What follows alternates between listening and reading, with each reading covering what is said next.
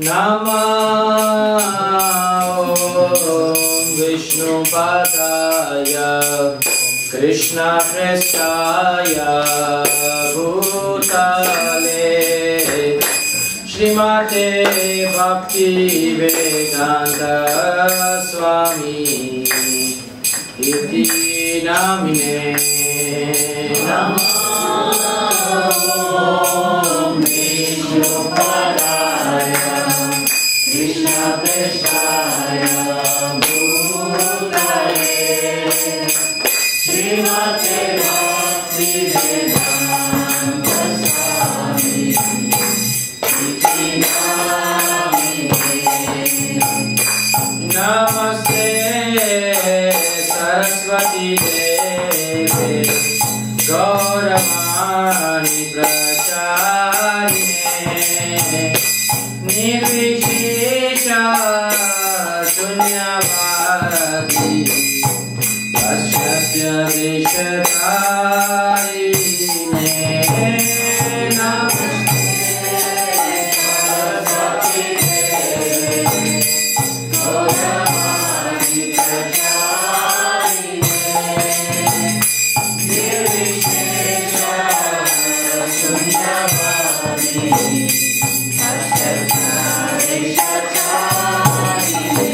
Jaya Shri Krishna Chaitanya Prabhu Nityananda Shri Advaita Gadadhar Srivasadi Gaura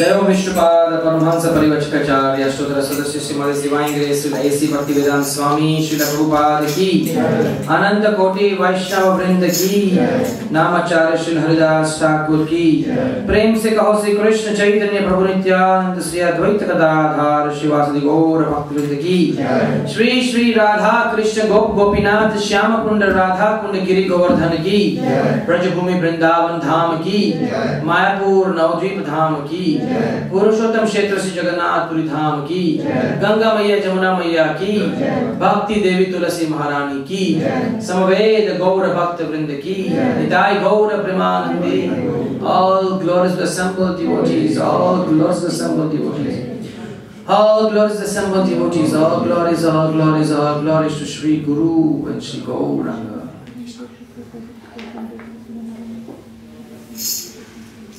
Om Jnana Timirandasya Gyananjana Shalakaya Chakshurunmitam Yena Tasmai Shri Gurave Namah. Namah Om Vishnupadaya Krishna Prestaya Bhutale Srimate Bhaktivedanta Swamiti Namine. Namaste Saraswati Deve Gauravani Pracharine Nirvishesha Shunyavadi Pasyat Vishkarine Vancha Kalpatarubhya Kripa Sindhubhya Eva Patitanam Pavanebhyo Vaishnavibhyo Namo Namaha. Jai Sri Krishna Chaitanya Prabhu Nityananda Sri Advaita Gadadhar Shivasadi Gaura Bhaktivinoda. Hare Krishna Krishna Krishna Hare Hare Hare Ram Ram Ram Hare Hare. Hare Krishna. So thank you all for coming to our Sunday feast program. And today is a very auspicious day. It is the Disappearance Day of one of Srila Prabhupada, the founder Acharya. One of very senior disciples of Srila Prabhupada, His Grace Jayananda Prabhu. Today happens to be his Disappearance Day, the day where he departed from this world. So we will speak briefly about him in the last part of the program. But today the topic that I just decided while I was singing, because I couldn't find time to prepare. Today the topic that we would like to speak about is Krishna is God, or Krishna is a cause of all causes. And he is the doer of all activities. We might think that we are performing some duties, we are performing our maintenance, but actually the person who is maintaining us is Krishna or God. So there was one person in India, he had gone to hear a discourse on God. There was a Bhagavad Katha, there was a discourse on Srimad Bhagavatam. So he was not a believer of God at all. His wife was a great believer, but he was not believing in God at all. So after a lot of insistence from the wife, he said, okay, I'll accompany you. So he went there. And once after he went there, he heard the speaker saying with complete conviction that not even a blade of grass can move without the sanction of Krishna. And we believe that, right? The Krishna is the doer, everything happens by the Lord's sanction. If the Lord doesn't want to sanction, nothing can happen. So the speaker was saying the same thing, that not even a blade of grass can move without the Lord's sanction. And that was the theme of his discussion. So after this man who was an atheist, and many of us are atheists, we don't believe in God. During the communist regime, the surrounding countries, especially in Russia, the communist government would tell the people, you are going to the church, and you're telling your God, give us today our daily bread and forgive us of our sins as we forgive those who sin against us. You're praying that. But is He giving you bread? But you ask us, please give us bread and we will give you bread. That's how they systematically slandered, they destroyed the faith of people by systematically brainwashing them that God is not the supplier. But if an intelligent person, he can counter question them. They say, okay, you are supplying us the bread, but where are you getting the ingredients for the bread? Who's giving you the ingredients? And did you grow the wheat on your own? How come a small seed, beautifully grows into a beautiful plant? Where does that power come from? So ultimately we know that the water that we drink, the air that we breathe, which is essential for our life. Money is not essential. If you have no money, you can still survive. But if you have no air, you will die. If you have no water, you will die. If you have no grains to eat, in a matter of time you will die. All these things are supplied by God. So this person, he heard this and he felt very angry. I said, how can God be the controller? I am the controller of my destiny. How can somebody else control my destiny? He didn't believe it. So he took a vow in front of everyone. He stood up, and there was a whole gathering of devotees. He stood up in front of that gathering and he said that, I take a vow that for the next 24 hours I am not going to eat a morsel of food and not drink a drop of water. And let's see how your God can force me to drink it. If I don't want to drink, I will not drink. And how can God make me drink? Let me see. Then let us see who is the controller. He made an open challenge. And people said, what a crazy fellow he is. But he made a challenge. And his wife was very embarrassed. And in order to accomplish his challenge, he went to a nearby forest. And right from that time on till the next day, he had planned to stay on a tree where there was nobody around. He just went on a tree and he sat like a monkey. For 24 hours he said, if I am sitting on a tree, as I am going to continue sitting here, who on earth can force me to eat? So he was waiting there. So he started sitting, say around afternoon time, 3 o'clock, till the next day 3 o'clock. So as he was sitting there, and it was almost the next day morning. And then he said another 12 hours, and then I refute this stupid non-believers, blind believers of God, that there is nothing like God. We are the creators of our own destiny. I will prove it with my own powers. So he sat there for 12 hours. It was morning time. And then there were few people who were passing by from one village to the other village. And they were tired. They were carrying their own tiffin, their own prasad they were carrying. So they sat right below that tree where he was on the top. And they sat right below the tree and they opened up all their wonderful prasad, puris, sabji, pizzas, pastas, lasagna, everything they were carrying. Because they were traveling, so they went from one place, they sat right below the tree. And then this person was thinking, this God thinks I can be allured by this food. I am going to work very hard. I cannot, he was thinking that, what does God think? I will be allured when they eat in front of me. He's trying to arrange it sitting down. But no way. I am the doer. I am God. So then, they were eating. They were almost halfway of the eating, when suddenly they heard a big roar of a lion. Very big roar, very close by. And they got very scared. So they all suddenly got up, they left their food as it is, and they ran in the direction of the village where they had to go. They left everything as it is because they were scared. the lion attacked them. So as they ran away, this guy was on the top of the tree, the food was down, and he was saying, what does God think? And he was becoming more and more determined to not do anything. A matter of few minutes, from this side came a gang of dacoits. They were carrying very sharp weapons. And they had just done a big loot in the village. And they came down. And they sat right next to the same tree where this chap was up. And they tried to divide their booty, their loot.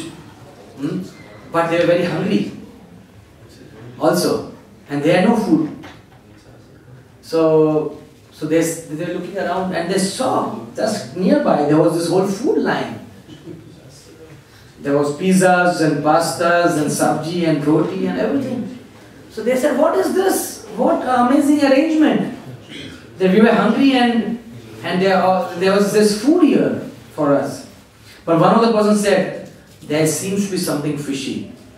How can there be such nice food in the middle of a jungle? Not possible. So there must be somebody who is trying to plot against us. He has realized that we have done this loot and we are here, and he is trying to allure us by this food. He must have poisoned this food. So that when we eat this food, we will eat it and we will die, and then he will take away all our loot. So everybody else in the party said, yes, you are right, you are right. You are our wise man, you are very right. So then wise man among the party said, I think that this person must be around. He must be around, otherwise, he must be observing us. So they let's search for him. They searched everywhere and they searched up the tree. And they found the guy up there. I said, what is this fellow doing in the middle of a jungle, sitting on a tree, looking at us? So they had sharp weapons. And by this time, this fellow was shivering. He was fearful. My God, what will happen? They told him, come down. I said, now, have you put poison in this food? He said, no. I don't know anything about this food. You are lying. Otherwise, how can you be here? How can the food be here? And how can, you think everything is a coincidence? I said, no, I didn't put the poison. Okay, you didn't put the poison, we believe you. Then eat this food. He said, no, I can't eat. I said, why are you not eating? He said, no, I've taken a vow not to eat till 24 hours. I said, to hell with your vow. If you want to be spared from us, from our anger, then you have to eat food. And one person caught his hand, other one caught his face, and one man opened his mouth and then dumped the food in his mouth. This was before 3 o'clock the next day. And then he realized, oh my God, I can do whatever my plans. But if God wants to destroy my plans, there is no way I can refuse. From that day on, he became a believer of God. Nice story? So this is a beautiful story which shows us that there are many people who try to refute the presence of God. They say that if we can't see God, then we don't believe Him. Seeing is believing, many times we think, right? When I see something, then I believe. If I don't see, I don't believe. So I don't see, and this things we are worshipping, this is all statues. This is not God. People think like that. But this is not God. The statues. But with realization, with conviction, we know that this is personally God. Even though there's a statue, when somebody invites them in the statue, then they actually are personality staying in the statue. They are not ordinary statues. So we must understand that this refuting the presence of God is a very stupid thing. Thus, how stupid was this man that he was trying to refute God?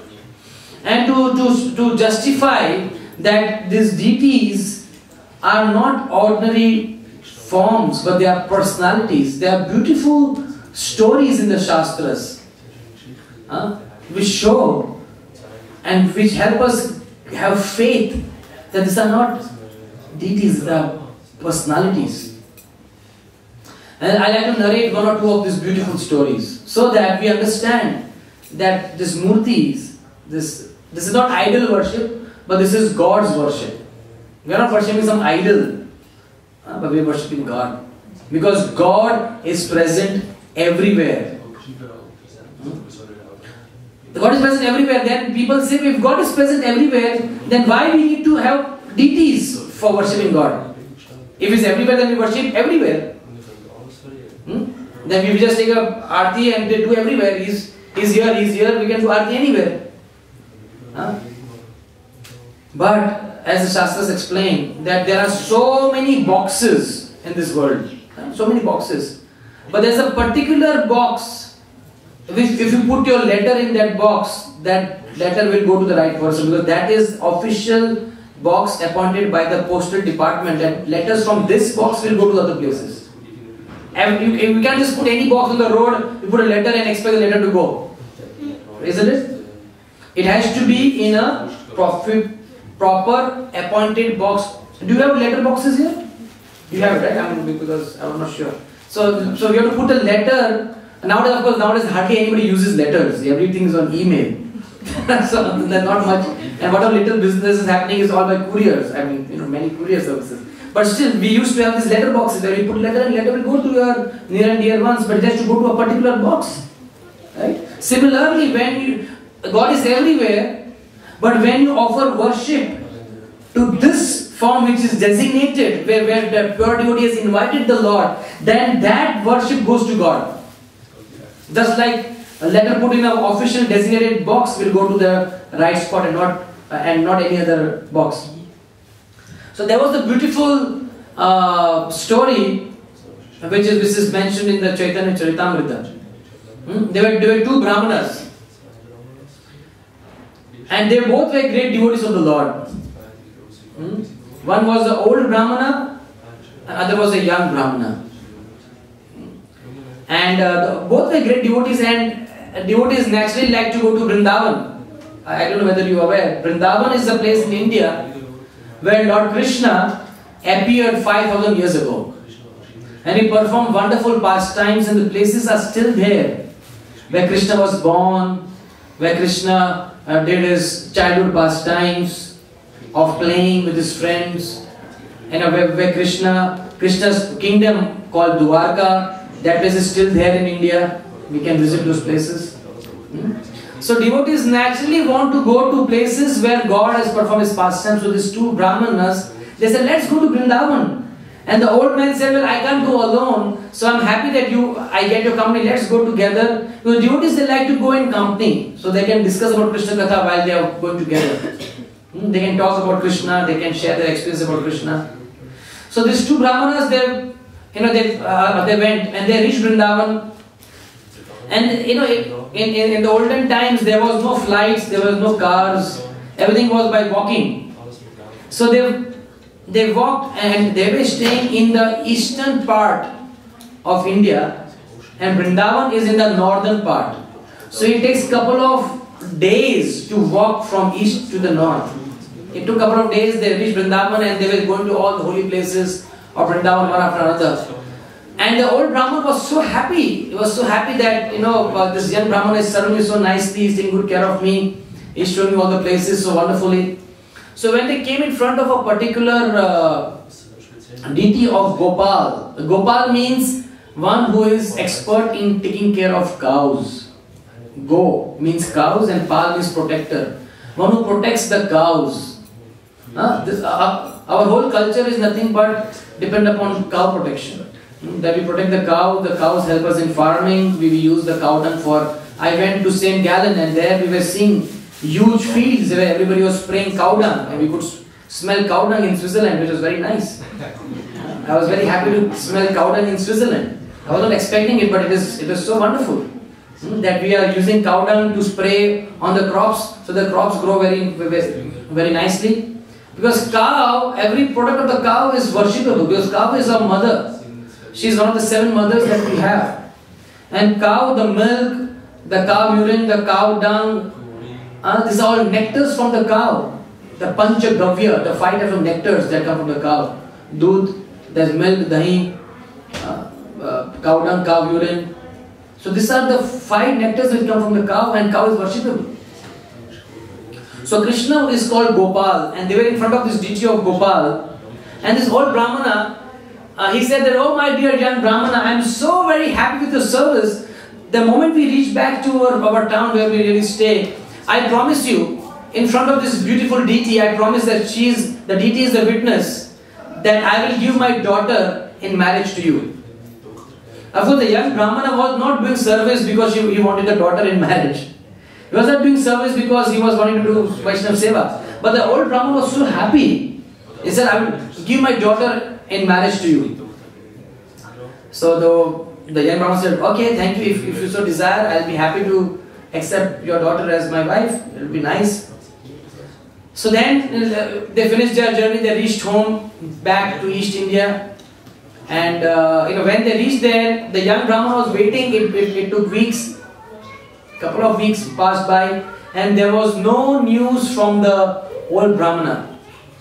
The young Brahmana was not actually attached to getting his daughter in marriage, but he was attached that because this old Brahmana has promised in front of the deities, he must fulfill the promise. But that is what is called proper Vaishnava etiquette. That when you talk something in front of these deities, they are not ordinary persons, they are God themselves. And when you promise something in front of God, it is like you have to do it, you have to follow it at any cost. That is why all the marriages that happens in this world, they happen in holy places like a church or a synagogue or a mosque or a temple, where we take our vows of marriage in front of God, in front of God's devotees. Because those vows are very sacred, and those vows can never be broken. Those vows are not to be broken at all. Because they are taken in front of God. In the Hindu culture, we do yajna, where we have a fire sacrifice, and where the couple goes round the fire sacrifice 7 times, because that fire sacrifice is nothing but the form of Lord Vishnu. So it is a very holy thing to take vows in front of deities. It is very, very auspicious and very holy and very serious vows. That's why the custom is from bygone days, that all the vows of marriage, especially are taking place in places of worship, like a mosque, synagogue, or a church or a temple. So the young Brahmana, he was feeling that if this old Brahmana has taken a vow to give his daughter in front of the deity, if he does not follow the vow, it will not be good for him. As a devotee, he has to follow his vows. So he went to the house of the old Brahmana and he said, my dear old Brahmana, I don't want to embarrass you, I don't want to put you into difficulty. But as I want to remind you that you had promised to give your daughter in marriage, and it has been a couple of weeks now that we didn't hear anything about you. So please, you must do something because you have taken a vow in front of the deities. So the old Brahmana, he was very much aware of it, and when he discussed this proposal with his son, who was actually a rascal. His son was a very not a very good person. He was like a thug. And when he told this proposal to his son, the son said, no way. And when he told this to his wife also, he said, no way. This Brahmana, he's just a great devotee, but he has no money. He is not. They wanted the daughter to marry to some rich person. He said, no way this is going to happen. What they thought is that this young Brahman, when he was traveling, he must have given some drugs to this old Brahman, and in a drug condition, he made a promise, said that this young Brahman has all bad motives, so no way this is going to happen. So the old Brahman knew it, but he was not sure what to do now. So he told, the old Brahman went to his son, to his mother, to his wife again. He said, well, I have made a promise in front of the deities that I will give this our daughter in marriage to this person. So his son He said, don't worry, it's going to happen, and he just wanted to avoid this discussion. He said, okay, if you have made a promise in front of deities, then let the deities come here and justify it and testify it. That is, this is what he had done, and then I'll give my daughter in marriage to this. He knew that deities don't come, and by this I can easily avoid this. At the same time, I will not be appearing looking bad, also saying that I don't want to get her married. He said, if the deities come and testify that yes, this was done, then I'll definitely give my daughter in charity to this. I mean, in marriage to this young Brahman. So the old Brahman said, well, my family is completely against this marriage, but the only way that they are agreeing to get this marriage done is if the deities come and testify that yes, this vow was made. So the young Brahman said, no problem, because he had complete faith in the deities. The deities may testify, because deities are not ordinary statues, but they are personalities. He had complete faith in that. So again he made this arduous journey from East India to North India. He walked all the way back to Vrindavan. He went to that deity called Gopal. This is a real story. And then he went in front of deity of Gopal and said, my dear Gopal, your devotee needs your mercy. He has made the vow in front of you that he will give his daughter in marriage to me. But the family members are not agreeing, and they will agree only if you testify. So why don't you come and walk along with me to that village and testify? And the deity started talking to him. And deity said, my dear Brahmana, I am very, very pleased by your devotion, I am very, very pleased by your sincerity. But you must know very well that deities don't walk. Deities are stationary. And even though I fully agree that he had made a vow in front of me, but how will I walk? Deities don't walk, please understand. The young Brahmana was also a very intelligent person. So he made a counter argument to the deities. He tried talking, he said, my dear deity, if deities can talk, then they can walk also. If deities can talk, then they can walk. And the deity said, oh well, I am checkmate, as we play in chess. There is nothing I can refute in this argument. So the deity said, okay, I am going to come and walk with you. But there is one condition. I will be walking at the back of you, and you will know that I am walking because you will hear my ankle bells ringing as I walk. Ching, ching, ching. Because Krishna wears beautiful ankle bells. That is one of his beautiful ornaments that he wears, and it makes beautiful sound. So I said, I'll be wearing ankle bells and they will be making a nice sound, and that will be a convey. But you cannot look at the back. The moment you look back, I will stop wherever you look back. I will walk till the time you are not looking back. The moment you look back, I will not be able to walk any further. That is the condition I have. I want you to have faith that I am walking. I don't want you to have faith through these eyes, but I want you to have faith to my words. This is a nice lesson. And many times we have faith through these eyes, but these eyes are and half of us have specs. I mean, even our eyes are imperfect. We need specs to see. Half of the people sitting in this room have spectacles. So if we try to prove something to be right or wrong by seeing through his eyes, they are not right. Our eyes are so imperfect that we don't even know what's happening behind us. So how imperfect they are. So Krishna was trying to teach this Brahmana a lesson that you don't try to see me through your eyes, but try to see me through my words. Have faith in my words, and I am definitely going to follow you. That is what faith the God expects from us. So as he started his journey, it was a long journey. The Brahmana started walking, and he was not looking back, but he would hear beautiful sound of Lord's ankle bells. Beautiful sound he was hearing, and he was so happy. To hear Krishna's ankle bells is a divine thing. It is not an ordinary sound. It is a very divine sound. To hear the ankle bells of God, not ordinary sound. So as he was walking, they came very, very close to the village. They walked for days. Can you imagine? Krishna walked for days together to become a witness for his devotee. And then as they were about to approach the village, they were just a few kilometers away from the village. The young Brahmana stopped hearing the sound. There was no sound. Just like now, there was no sound like this. And then he was wondering what happened. Is the deity still coming? He got nervous. And then in his nervousness he looked at the back and he saw the deity. And he suddenly started walking. But as he walked, the deities remained there. The beautiful form of Krishna holding the flute, the deity remained there. And the Brahman said, please deity, please forgive me, I am forgiven, please forgive me, please come, we have not reached the village yet. Deities didn't speak a word. Deities took their form and they remained like the deity remained like that. But still, he was just few kilometers away from the village. So he ran to the village.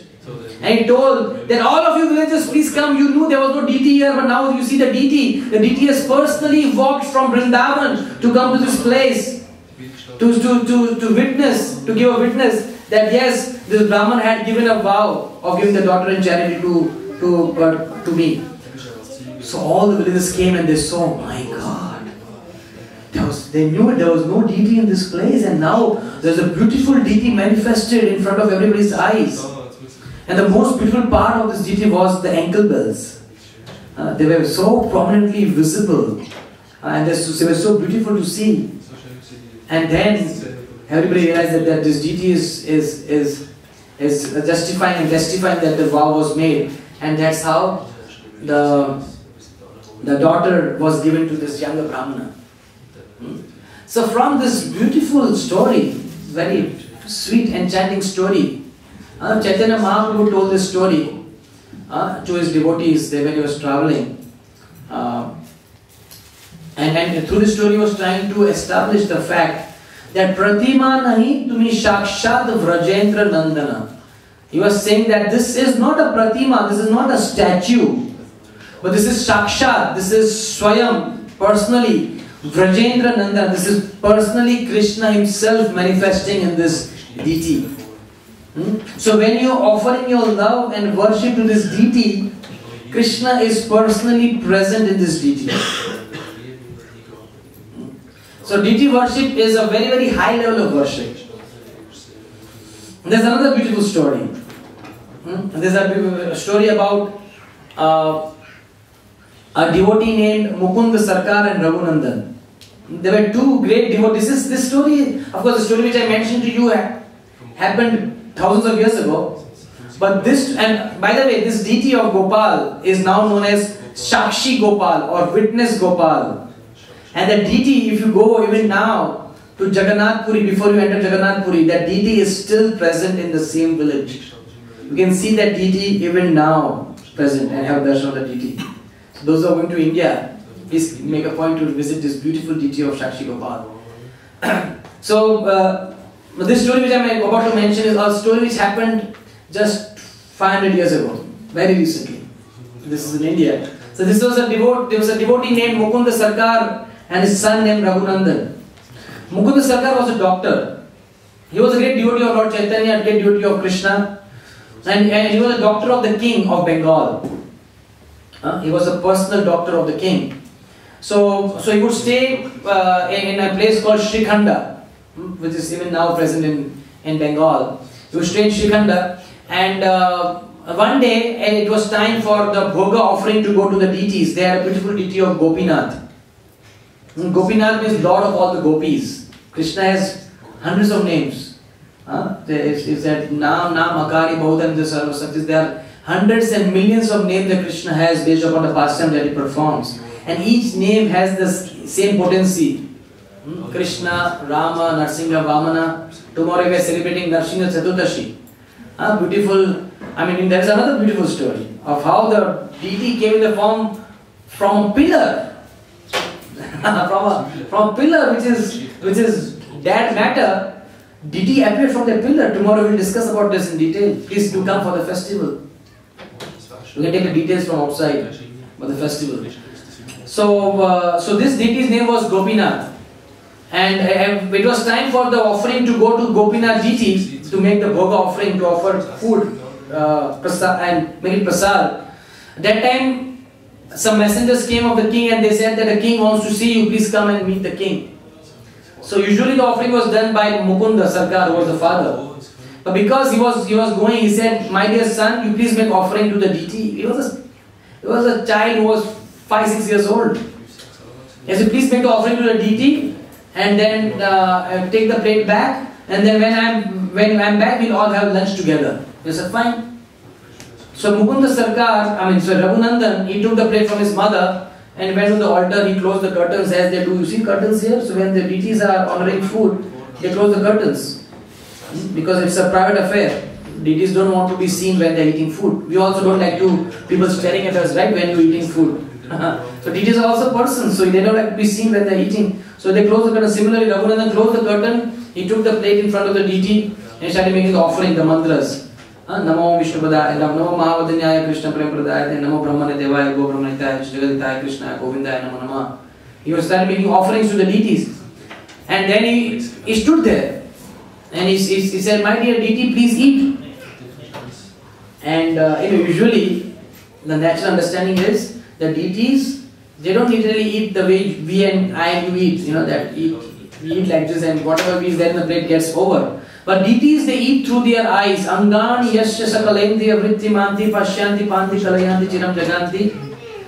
The deities, Krishna can do all the functions of any of the organs through any of the organs. That means he doesn't have to eat through his mouth. He can eat through his eyes. He can breathe through his mouth. He can do any function because every organ is absolute. So Krishna doesn't need a nose to breathe. He can do anything. So when Krishna sees the bhoga, he is actually honoring that bhoga. He doesn't have to actually eat it and finish it off. So that is a normal understanding. But these children don't understand all this type of eating. So when Raghunandan stood there, he said, Krishna, please eat. And Krishna was not eating. So Raghunandan started crying in front of deities. And I am so fallen, I have no love for deities. The deities are not accepting my bhoga, they are not eating anything. They started profusely crying. And the deities started talking to him. Again, a proof that deities are not ordinary, but they are actually God themselves. So he said, my dear Raghunandan, you please understand that I have already eaten. I have already accepted your love. Because I don't eat in deity form. I don't eat like normal human beings. I eat through my eyes. Raghunandan said, my dear deity Gopinath, I don't understand this eating to the eye business. It doesn't make any sense for me. If you have to eat, if you have to prove that you are eating, then you have to eat the way I eat. So fine. So the deity started eating exactly the way human beings eat. And the deities finished the whole plate. And then Raghunandan came out with an empty plate.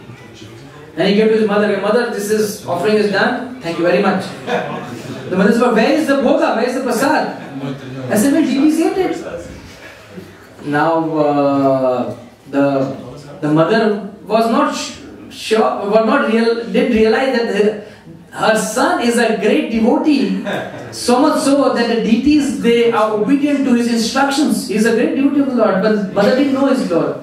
So she thought that this person has eaten it inside himself. And she realized that you have become very naughty. She didn't tell him, but in her mind she said that I won't tell his father that he's really becoming naughty now. In front of in altar you can't eat. But this person is not learning the etiquettes. He must have eaten, he finished the whole plate inside. This is not proper. His father should train him properly. So then Mukunda Sarkar came and the mother told that, well, there is nothing to eat today because your son is eating everything. So the son said, no, I haven't eaten anything. The deities ate it. What do you mean I haven't eaten anything? Then Mukunda Sarkar said, what happened? He said, well, he took the plate inside and he came out, the whole plate was empty, there was nothing remaining, everything, and he says the deities have eaten. So Mukunda Sarkar said, Raghunandan, are you sure that the deities have eaten? He said, of course I am sure. Why are you doubting me again and again? He said, okay, then I am giving you this ladu. Ladu means a round ball of some item, coconut burfi, which is in a round form. I am giving you this ladu, and you please take this ladu and go inside and offer the deities the way you did it previously. I said, okay. He was a chapter 9, he was just doing whatever he was told to do. He went inside the altar, and this time Mukunda Sarkar, his father, was seeing from the curtain what's happening. So he started ringing the bell again and started making the mantras for offering. And he stood in front of deities and said, deities, please eat. And Mukunda Saka was waiting and seeing what's happening. And DT started talking to him again. He said, I just ate a big meal just now, half an hour back. I'm full now. So he said, no, you have to eat. Children, they don't understand logic. They are so sweet. But when elders behave like children, then they appear foolish. When elders behave illogically, they are foolish. But when children behave illogically, they are very sweet. Because it's natural for them. So when the child said, no, you have to eat, because I'm offering you have to eat. So Gopinath said, well, I'm so full. Because see, try to understand, deities are also persons. I'm trying to drive the point that, and deities also become full. They also have a limit to how much they can eat, like how we become full. They say, okay, because I'm full, I can eat only half the laddu. Remaining half. So he said, fine, half the laddu is fine. So right in front of Mukunda Saka, he was seeing the deity which was holding a flute. He put the flute down, he took the laddu, bit the laddu and put it back. Again, put the form of deity. And he was shocked. That my God, my son is such a great devotee. The deities don't not only talk to him, but they obey his instructions. There is a great devotee of the land. Raghunandan Sarkar went on to become a very, very great devotee of Lord Chaitanya. So he came out and Mukunda Sarkar saw it, everything with his own eyes, and he knew it. That this is a fact. The deities must have eaten all the prasad. He told his wife that, well, don't underestimate our child. He is a great devotee of the Lord. He is a powerful person. To this day, my dear friends, that laddu, which was half remaining, is still there in the temple in India. If you want to go and see, you can still see the laddu in the Lord's hands. They're still very much there. Half the laddu, which the deity said, 500 years old laddu. So from these two beautiful stories, we must understand, and from the previous story of that proud person who was trying to defy the powers of God, we must understand that the deities are personalities, and that they're persons. That when you offer your prayers to them, they are listening, and they are hearing, and they are acknowledging, and they will do the needful to answer your prayers. And today, as I said, is the Disappearance Day of Jayananda Prabhu. Jayananda Prabhu's main service was he helped Srila Prabhupada in starting the first Ratha-Yatra to glorify Lord Jagannath, Baladev and Subhadra. Ratha-Yatra is, I think all of you have Ratha-Yatra in your city. You have Zürich Ratha-Yatra? Right? So where the Rath goes in the city, when somebody is sick, he comes to the doctor. Right? But somebody is very sick, then doctor goes to him. Because he can't travel, is it not? He is just so sick that he is lying at home and the doctor goes for home visit and he takes care of his problems. Similarly, we are all sick people and we come to a temple and they are the real doctors standing in front of us and they will treat us of all the disease of material attachment that we have. But once in a year, these doctors, they come out because those people who are really sick, they will not come to temples. And to deliver them, to take care of those sick people who are really sick, Lord Jagannath comes out on a Ratha-Yatra parade and goes round the city. By giving darshan, Lord Jagannath is delivering everybody from this cycle of birth and death. So this is such a merciful Lord that this is one form of the Lord who comes once in a year. He comes out to give mercy to the fallen souls who will never otherwise come to his temple. So Jayananda Prabhu was the person who helped Srila Prabhupada to build the first Ratha-Yatra cart in New York. He personally constructed it with his own hands. And Prabhupada made an instruction that any Ratha-Yatra that happens all over the world, the photo of Jayananda Prabhu should be put as an offering to his lotus feet and as a gratitude to his wonderful service, especially for making Lord Jagannath, Baladev and Subhadra famous all over the world through these Ratha-Yatra festivals. So through these beautiful stories, not only do we really get purified by hearing them, not only do we get entertained by hearing them, but we get more convinced and we get more faith that these deities are so special and so wonderful. So when whatever you do for these deities, the deities are going to reciprocate with you. When you take one step in front of Krishna, Krishna as a person will take one step in front of you, for you. But your step and the Krishna step is vast difference. You have small step, Krishna has a big step.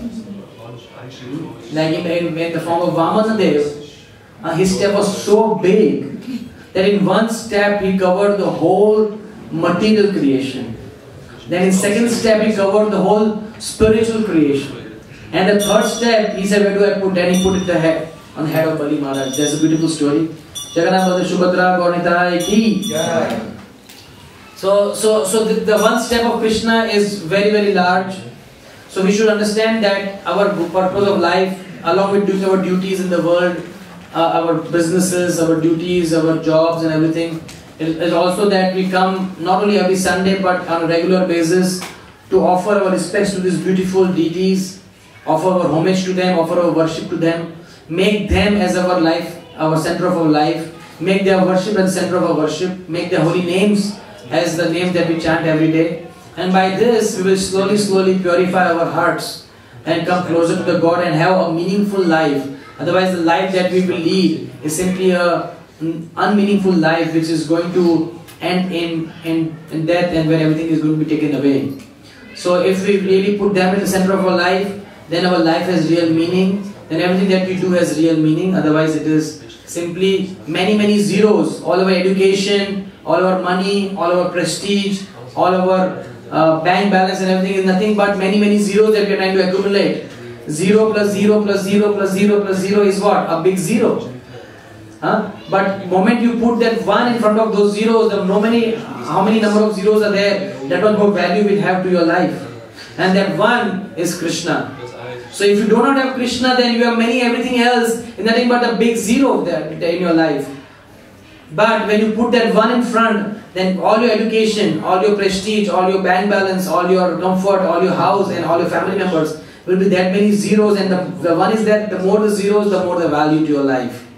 So please, our request is to add that 1 in your life which we are missing for so many years. We have been living with so many zeros and ultimately ending our life with nothing but one big zero.